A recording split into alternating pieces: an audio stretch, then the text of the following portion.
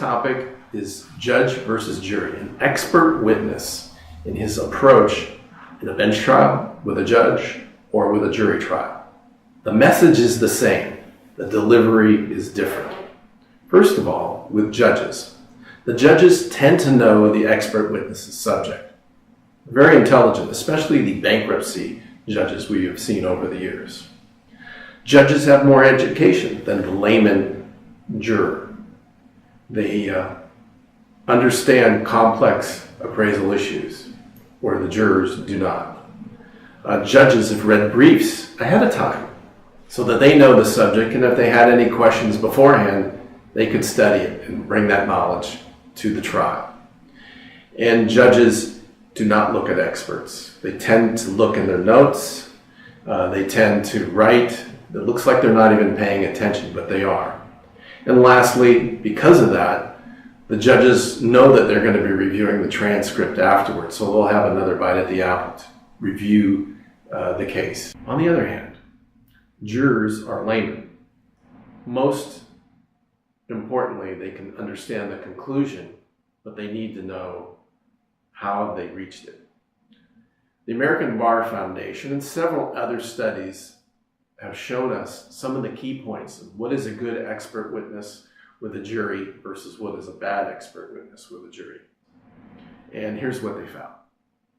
Jurors tend to agree, and they believe that the expert witness is biased in favor of the attorney that they're working for.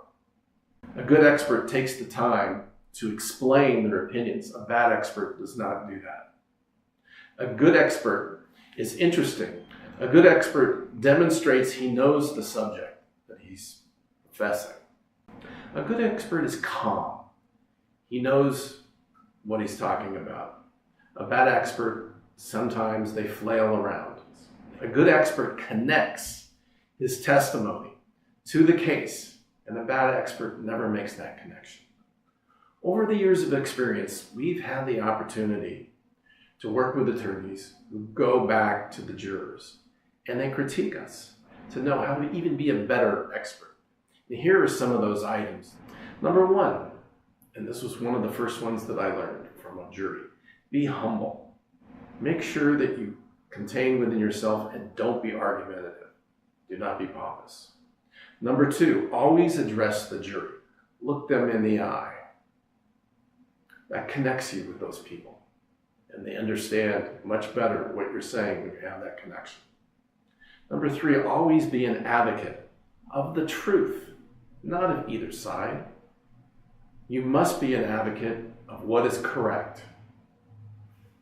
Number four, break down your testimony into simple parts and walk the jury through the process.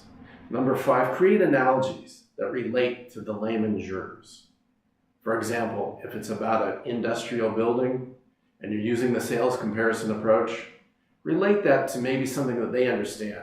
For example, a single-family home and how the sales comparison approach also is the same process.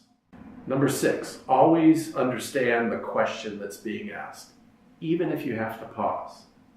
Think about it. It's very important that you don't ramble on and answer a question that you're not being asked. Number seven, it is okay to say, I don't know. Many times, experts ramble on again, and they don't really know the answer. Or maybe the question was posed in a way where they shouldn't know the answer. Number eight, if you misspeak, make sure you correct yourself. There's plenty of time to do that, and you won't look bad in the jurors' eyes. They appreciate that. Number nine, don't be timid. Speak up and be loud and clear. Many times you will see experts where they barely speak into the microphone, and it frustrates the jury. Number 10, maintain your posture. Jurors, they want to see somebody who is in control. So I hope this was helpful, and thank you for tuning into the Herron Companies Appraisal Wisdom channel. And again, if you'd like to subscribe, there's a link for you below to do that and refer your friends. Thanks.